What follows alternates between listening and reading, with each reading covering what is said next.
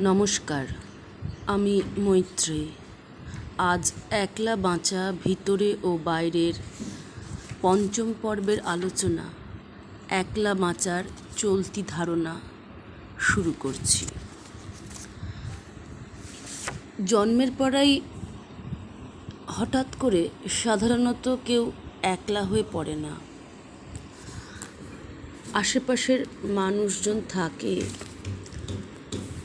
যাদের সাথে বসবাস করতে হয়, প্রত্যেক দিন ওঠা বসা করতে হয়। যে মানুষগুলোর সঙ্গে বাস করা চলে, ধরা যাক তারা তার পিতামাতা নয়, জন্মদাতা জন্মদাত্রী নয়, সেক্ষেত্রে তাদের ব্যবহার তাকে দিনে দিনে দূরে সরিয়ে দেয়। আপন বোধ করে না সে, বুঝতে পারে সে পৃথিবীতে একলা, তাকে একলাই বাঁচতে হবে। এই প্রথম থেকেই সে নিজেকে তৈরি করে নেয় একলা বেঁচে থাকবে বলে।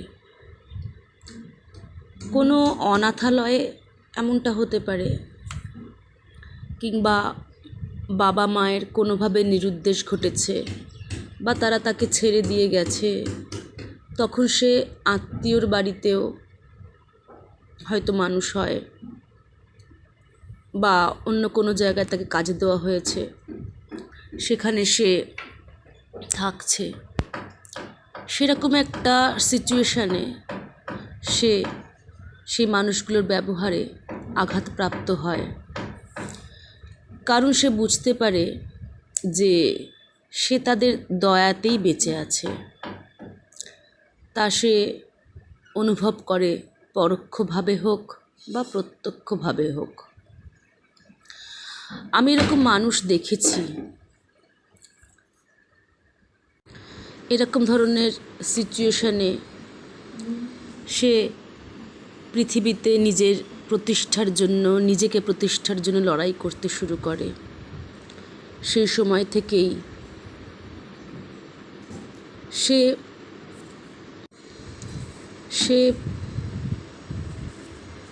প্রমাণ করার চেষ্টা করে যে সে হয়তো এখন একলা বা একলা থাকতে বাধ্য হচ্ছে, কিন্তু সে একলা জীবনযাপন সে করবে না। তা সে পুরো পৃথিবীকে দেখাতে চায়, তার জন্য সে লড়াই করতে চায়। পৃথিবীকে দেখাতে চায় যে সে অনেক মানুষের সঙ্গেই বাঁচতে পারে, কিন্তু মনের গভীরে সে একলাই থেকে যায়। তার লড়াই তখন দুটো হয়ে যায়, দুই রকম হয়ে দাঁড়ায়।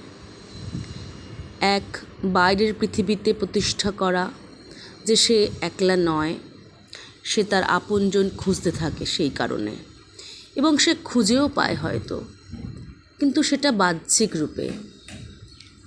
কিন্তু তার ভিতরে যে স্রোত বইছে, সেই স্রোত একলাই বয়ে চলে। এভাবে দুটো বিপরীতমুখী লড়াই চলতে থাকে তার ভিতরে এবং বাইরে। সারা জীবন সেই লড়াই চলে। আরেক রকমভাবে ভাবা যায়, সেটা হচ্ছে এমন যে সে কোনো এমন ব্যবহার করতে থাকে দিনে দিনে, তার ব্যবহারের মাত্রা এতটাই খারাপ হতে থাকে তখন তাকে পরিবারের অন্যরা এড়িয়ে চলতে থাকে। তার পিতা মাতা হোক বা পরিবারের কাছের লোকজন হোক, তার থেকে ধীরে ধীরে দূরে সরে যেতে থাকে। রোজকার যে কথোপকথন, তার স্বাভাবিকত্ব, তার ব্যবহার, সেগুলি পরিবর্তিত হতে থাকে এবং স্বাভাবিক ব্যবহার ধীরে ধীরে কমতে থাকে, এবং তার আশেপাশের কাছের লোকজন তাকে একলা ছেড়ে দিতে বাধ্য হয়, এবং সেই মুহূর্ত থেকে সে একলা হতে শুরু করে। সে মনের ভিতরে একলা বোধ করতে শুরু করে। সে বুঝতে পারে তার ব্যবহারই এজন্য দায়ী। সে সবার থেকে বিচ্ছিন্ন হয়ে পড়ছে, কেউ তাকে গ্রহণ করতে চাইছে না। সে ভিতরে এইভাবে একলা হতে থাকে অতি দ্রুত।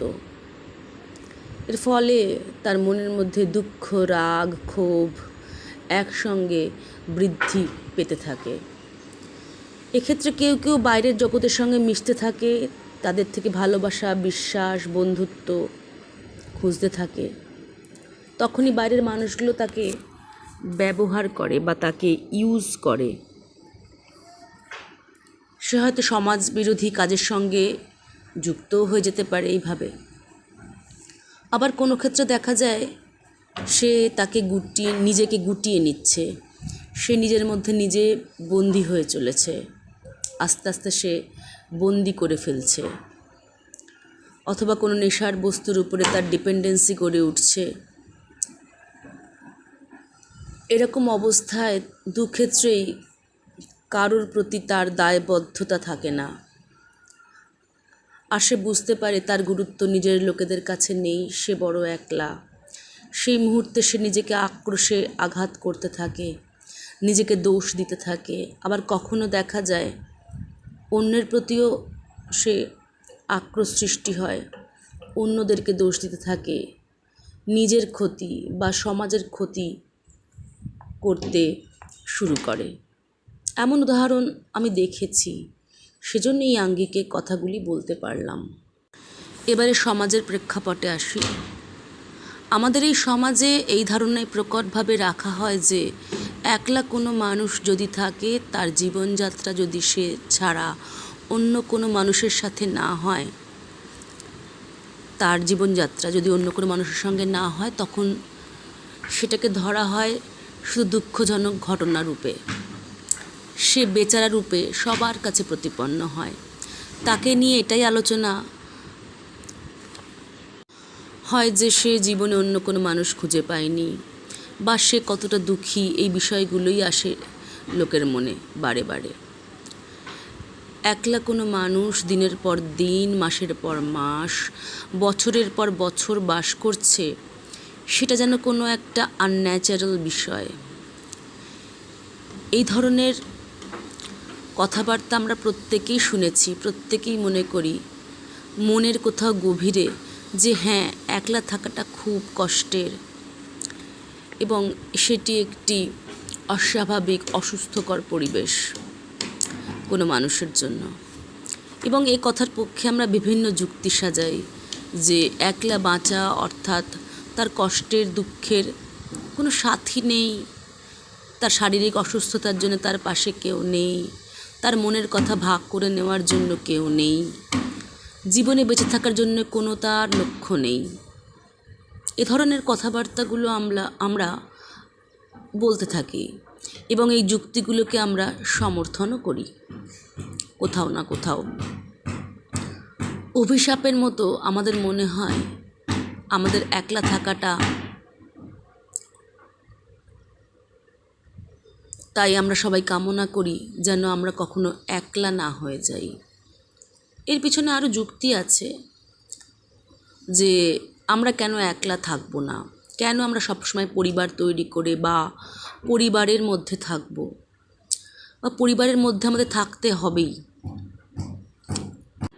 সবাইকে পরিবারের মধ্যে গিয়েই থাকতে হয়।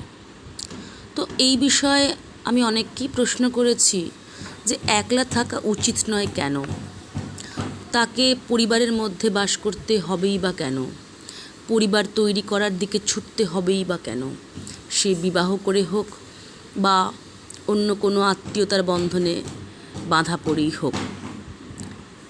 এর উত্তর আমি প্রতিবারই পেয়েছি এরকম যে মানুষ সমাজবদ্ধ জীব, সে প্রথম থেকেই দলবদ্ধ হয়ে বাস করত। তারপর যখন সমাজ গঠন করলো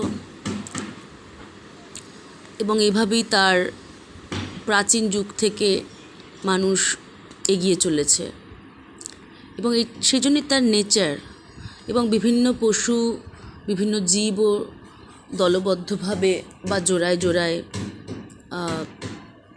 বাস করে এবং তার জীবনচক্রকে অতিক্রম করে।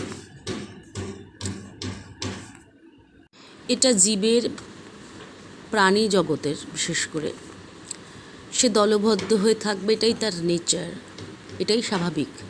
সে বড় হোক বা ছোট হোক, এখানে বলা হচ্ছে পরিবার তথা সমাজের মধ্যে তাকে বাস করতে হয়, এবং সে এরকমভাবেই এই পৃথিবীতে নিজস্ব ছাপ রেখে চলেছে এবং জীবনকে সে চালিয়ে নিয়ে চলেছে। কারণ তার এই একলা না থেকে সমাজের মধ্যে থাকা, দলবদ্ধ হয়ে থাকা, পরিবারের মধ্যে থাকা, এটা হলো তার এক টান। এই টানটাই হলো একজোট হয়ে থাকা, একজনের সঙ্গে জোট বেঁধে থাকা, দুজনের সঙ্গে জড়িয়ে থাকা বা একাধিক মানুষের সঙ্গে জোট বেঁধে থাকাই তার অতি স্বাভাবিক স্রোত। সুতরাং এই স্রোতের বিরুদ্ধে বা তার নেচারের বিরুদ্ধে যদি কেউ হাঁটতে চায়, তখন তার জীবনে নেমে আসে অমোঘ অন্ধকার। জীবনে খারাপ লাগা, ডিপ্রেশন বা মানসিক অসুস্থতা, শারীরিক অসুস্থতা, জীবনের প্রতি স্পৃহা হারিয়ে ফেলা, জীবনের লক্ষ্য হারিয়ে ফেলা, বেঁচে থাকার কোনো অর্থ খুঁজে না পাওয়া এবং দ্রুত মৃত্যুর দিকে এগিয়ে যাওয়া, এই ঘটনাগুলো পরপর আসে তার জীবনে। চলব একলা বাঁচা ভিতরে ও বাইরে। কথা হবে আবার।